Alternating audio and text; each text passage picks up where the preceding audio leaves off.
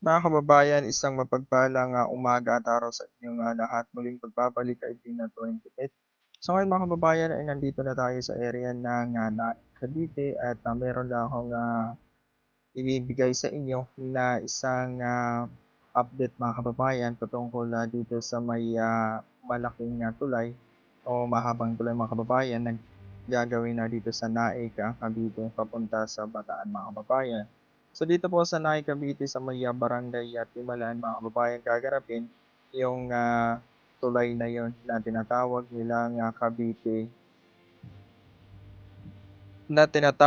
mga kababayan na Cavite Interlink Bridge po, no? Project po mga kababayan. Ito ay magkarugtong o magdudugtong ng Cavite o dito sa may Naik, Cavite papunta sa Bataan mga kababayan. So pag natapos ito ay hindi na tayo mahirapan na tumawid sa Bataan dahil nga ito mga kababayan ay tinaguri ang pinakamahabang tulay dito sa Pilipinas mga kababayan. So ito ay papuntang Bataan at kung wala ito mga kababayan, itong tulay na ito na tinatawag nilang Cavite Interlink Project mga kababayan ay talagang mapapalayo tayo sa biyahe. Kasi kung pupunta tayo ng Bataan o area ng Bataan mga kababayan ay ikot pa tayo. Ibig sabihin, dadaan pa tayo mga kababayan sa area ng Manila, Bulacan, Malolos.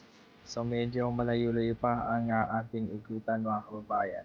So ngayon ay ipapakita ko sa inyo itong project na to. Ito po ay merong nakalagay dito mga kababayan na tarpaulin at ating ipakita sa inyo.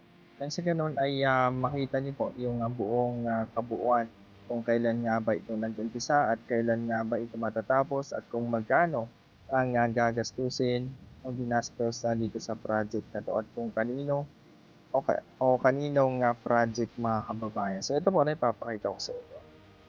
Napakagaling pala mga kababayan ng Bataan Interlink Bridge na to kasi pag natapos ito, napakabilis ng biyahe natin kasi kumbaga may total ito na 32 kilometer. So ibig sabihin yung 32 kilometer na to ngayon, kung bibiyahin mo yung mga kababayan ay tatakbo lamang po siya na nasa 40 minutes at nandun ka na sa area ng Bataan mga kababayan. So ito po siya, no? Date started ng March 14 po. Yan yung nakalagay dito sa na to.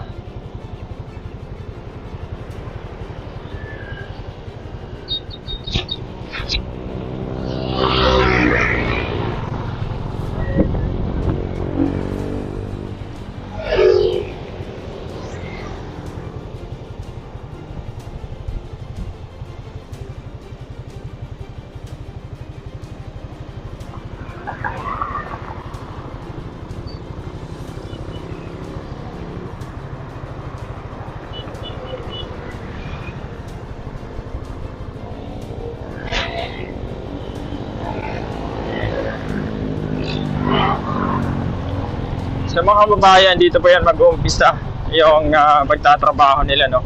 So makikita natin dito sa kaliwat kanan ay inumpisahan na po nila. Ayan, no? Dito mga kababayan. Ayan.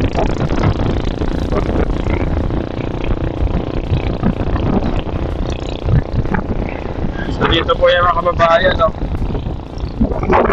So, marami mga bangkay doon. Dito po yan sa kanan natin. Ayan yung direction niya, no? Bakit lang kuha na natin ang video dito.